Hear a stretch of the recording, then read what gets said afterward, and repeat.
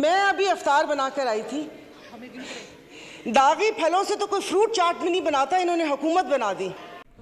अस्सलाम वालेकुम दोस्तों, मैं आपको अपने YouTube चैनल पर खुश आमदीद कहता हूँ। उम्मीद करता हूँ आप खैरियत से होंगे, खुश होंगे। दोस्तों, इस वक्त जो सियासत में गर्मा गर्मी है वो चल रही है दोनों तरफ से, चाहे वो बात की जाए इमरान खान की तरफ से, शहबाज शरीफ की तरफ से, हालांकि वो हुकूमत में है, और अपोजिशन जो इस वक्त मौजूद है मुस्लिम लीग फंक्शनल GDA, वो इस वक्त कौमी असम्बली के अंदर मौजूद है, तो वो भी अपना पूरा किरदार अपोजिशन का अदा कर रही है। दोस्तों, कल आपने देखा होगा कि कल एक बिल पेश किया था आज़म नज़ीर तरर साहब ने। उन्होंने बिल पेश किया था कि अब जो भी अज़ खुद नोटिस होगा वो अकेला चीफ़ जस्टिस नहीं ले सकेंगे, बल्कि उसके साथ जितने 3 या 4 जज और भी जस्टिस होंगे वो भी इस चीज़ में शामिल होंगे। तो इसी पे बात हुई थी कल। सायरा बानो साहिबा जो मुस्लिम लीग फंक्शनल की मेंबर हैं, उन्होंने कल MNA हैं, उन्होंने कल बात की थी इसके ऊपर। उन्होंने मुखालफत की थी सीधी सीधी। उन्होंने कहा था कि ये आप इदारों को तकसीम करने की बात कर रहे हैं, इस पे हम बिल्कुल आपका साथ नहीं देंगे। आप बेशक अपनी जो टूटी फूटी आपकी जो हुकूमत है उसके साथ आप इस बिल को पास करवा लें, लेकिन हम इसके पास हम कोशिश पूरी करेंगे, इसको पास नहीं होने देंगे, इसमें आपका साथ बिल्कुल भी नहीं देंगे। उन्होंने तो ये मिसाल भी दी थी कि इस तरह तो फिर आर्मी चीफ़ भी एक आर्मी चीफ़ नहीं होगा, बल्कि उसके साथ 6 जर्नल जो होंगे, जर्नल वो भी आर्मी चीफ़ ही होंगे। तो इस तरह आप कर क्या रहे हैं? आपकी नज़र महंगाई पे बाकी चीज़ों पे नहीं है, तो आप इस तरह क्यों आ रहे हैं? इदारों को इस तरह मुतनाज़ क्यों बनाने की कोशिश कर रहे हैं? तो इस तरह बात की उन्होंने, ठीक ठाक उन्होंने खरी खरी सुना डाली। कौमी असम्बली के अंदर जब उनको मौका मिला था अफ्तारी के बाद, तो उन्होंने अपना जो है एक नज़रिया जो है वो पेश किया था। उसके अलावा उन्होंने हुकूमत पे खुली तनकीद भी की थी। उनका ये कहना था कि हुकूमत इस वक्त ना महंगाई पे तवज्जो दे रही है। इस वक्त अगर देखा जाए सब्ज़ी फल फ्रूट जो है वो एक गरीब की पहुंच से कितनी दूर चले गए हैं। एक अमरूद, अगर आप एक अमरूद की कीमत आपको मैं बताता चलूं कि एक अमरूद अगर हम इस वक्त पता करते हैं, हुकूमती रेट जो है वो 120 रुपये किलो चल रहा है, जबकि जो दुकानों पे बैठे हैं, ठेले वालों पे बैठे हैं, जो इनसे अगर पता किया जाए तो ये दे रहे हैं 400 रुपये। दोस्तों, इतना ज़्यादा इजाफा करके बता रहे हैं, लेकिन हमारी हुकूमत मैनेजमेंट जो है वो पता नहीं कहाँ से हो रही है। उनको बाकी चीज़ों की फ़ुर्सत है, लेकिन फ़ुर्सत नहीं है तो इस चीज़ की फ़ुर्सत नहीं है। उन्होंने ये बात भी की थी। उसके अलावा उन्होंने काफ़ी सारी और बातें की थी। उन्होंने ये भी कहा था कि मैं अभी अफ्तारी बना के आई हूँ, तो मैंने ये देखा है कि अफ्तारी में जो गंदे फल होते हैं वो भी हम निकाल देते हैं, और आपने गंदे फलों को जोड़ के हुकूमत बना के बैठ गए आप। तो ये तंज़ भी उन्होंने शहबाज शरीफ के ऊपर किया। हालांकि उस वक्त वज़ीर आज़म जो थे वो असम्बली से जा चुके थे, लेकिन उसके बाद उन्होंने अपना जो है मौक़िफ़ पेश किया था। तो आप भी इस वीडियो क्लिप को मुलाज़ा करें दोस्तों। जी, मैं शुरू कर रही हूँ। तो मैं तब से लेकर अब तक तो वो कह रहे ना, हैरतों के दरिया में गोता जानूँ, कि समझ नहीं आ रही मुझे कि फिर क्रेडिट तो बनता है ना कि खान साहब ने इनकी भी आंखें खोल दी। तो फ़र्क क्या रह गया कि कुछ अरसा पहले इदारों पर उंगलियां उठ रही थीं, उन पे सवालात उठ रहे थे, आज ये अदलिया पर उंगलियां उठा रहे हैं। तो वन मैन शो तो 75 सालों से इस मुल्क में, और अगर थोड़ा लाइटर मोड में बात करूं तो इतने सारे लोग वन मैन शो परफ्यूम भी लगाते होंगे। क्या पार्टी में वन मैन शो नहीं होता? तो पूछना, मुझे मेरे 2-3 सवालात हैं। पूछना ये था कि यह वन मैन शो कि नहीं होगा, क्या ये सिर्फ अदलिया की हद तक होगा या इसका इतलाक बाकी इदारों पर भी होगा? यानी कि आप हालात उस नहज तक लेकर जा रहे हैं कि नाउज़ुबिल्लाह फिर चीफ ऑफ आर्मी स्टाफ भी ना हो, सारे जनरल चीफ हों, एक उनका फैसला नहीं होगा। मुईशत तो तबाह कर दी, अब हाथ धोकर इदारों के पीछे पड़ गए हैं। इन 75 सालों में जो बारियां लगी उनमें इनको ख्याल किसी चीज़ का नहीं आया। अब जब बात अपने पर आई तो फिर इनको इदारों की खामियां भी दिखना शुरू हो गई। जो आवाम मर रही थी और जो इंसाफ का जो क्या कहते हैं कितने नंबर पर चला गया, कहाँ से कहाँ तक, तब ख्याल नहीं आया। लेकिन वो कहते हैं ना कि जब अपने पाँव जले तो फिर इदारों के ऊपर आ गए।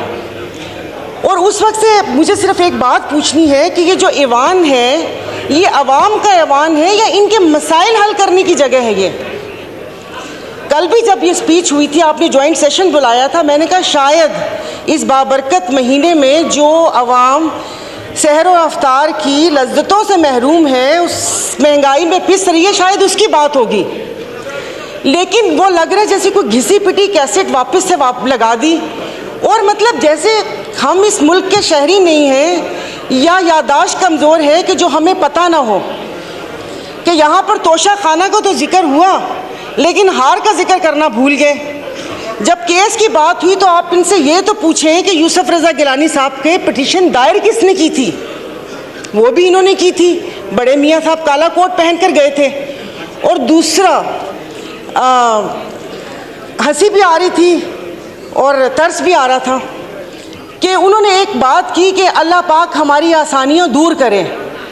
पीछे बैठे हुए पटवारी ने समझिएगा पंखे फैन, उन्होंने कहा आमीन। सुना ही नहीं कि अल्लाह पाक आसानियाँ दूर करे। और दूसरा आपने साले मोहम्मद को बोला तशरीफ़ रखें, पीएम साहब बैठ गए, तो कितने मासूम हैं। तो यहाँ पर कोई ऐवान पे आवाम की बात करनी चाहिए।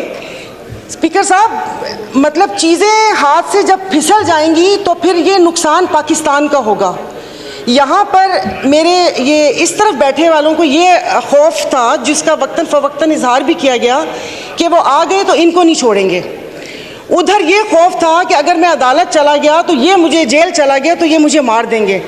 तो इस खौफ में तो गलत फैसले होते हैं। बहुत साल पहले कहा था हम इधर तुम उधर, और आज कह रहे हैं या हम या तुम।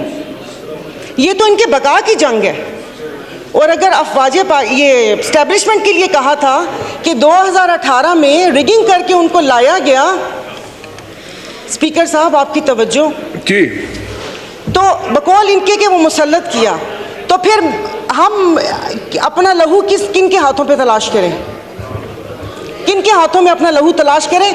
मतलब जो लाने वाले थे इन्होंने छोड़ दिया उनको, यानी कि वो नेक्स्ट टाइम भी वो कोई ऐसी गलती करे और इस मुल्क के ऊपर ऐसी चीज़ें मुसल्लत हों तो इन्होंने छोड़ दिया। तो मेरे ख्याल में कि जो अगली बारी है वो दूसरे इदारे की है। और बाकी अगर यहाँ से वहाँ गए तो वहाँ पर भी उनकी ही मदद शामिल थी, मैं बोल रही हूँ। और अफसोस इस बात का है कि मैं अभी अफ्तार बना कर आई थी, दागी फलों से तो कोई फ्रूट चाट भी नहीं बनाता, इन्होंने हुकूमत बना दी।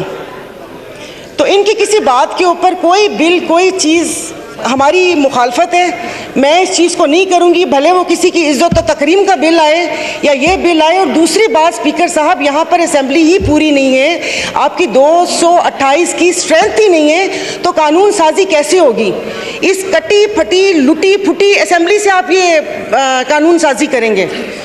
तो बाकी बस ये कि एक्सपेंस बहुत सारी चीज़ें करने वाली थी जो नहीं हुई, ये पूरे के पूरी असेंबली को एक्सपेंस कर देना चाहिए जो यहाँ पर बैठे हुए हैं। तो मैं इसकी मुखालफत करती हूँ, मेरी प्लीज़ पूरी बात सुन लीजिएगा। मैं बहुत देर से बैठी हुई थी, ये सब लोग अपनी नींद पूरी करके इफ्तार करके आए हैं, हम लोग यहाँ पर बैठे हुए थे अपनी बारी का इंतज़ार करने के। खुदारा कि उस पर ना वो करें।